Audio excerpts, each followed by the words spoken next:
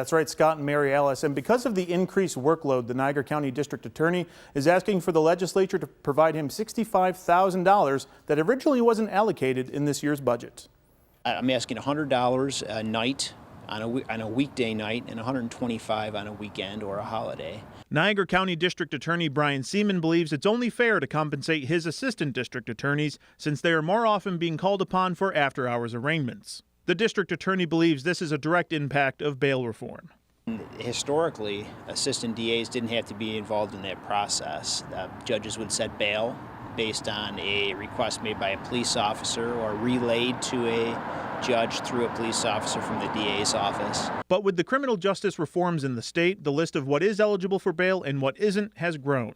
That's led to the judges really needing or desiring to have the input of the assistant district attorney at all bail proceedings. District Attorney Seaman wants to compensate his ADAs, who are salaried, an additional stipend for their work, which means the county legislature has to get involved. At legislature committee meetings this week, the DA presented his plan.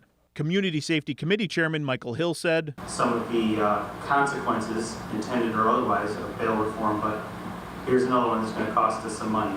Minority Leader Christopher Robbins questioned the DA about the needs for funds, but once the DA explained, as he just did here, about new requests from judges, he understood the need. We have things that come down from the state all the time that says, you got to do these certain things, and, it's our job to go about it.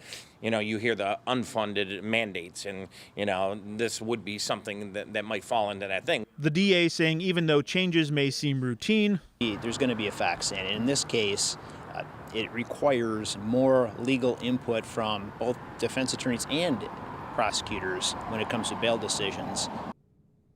I got a response from the state within the last hour replying to my question about whether they would fund something like this. Their spokesperson said that Niagara County did receive $1 million for what he called discovery-related expenses, but it's not clear whether these funds were intended or eligible to be used for this purpose.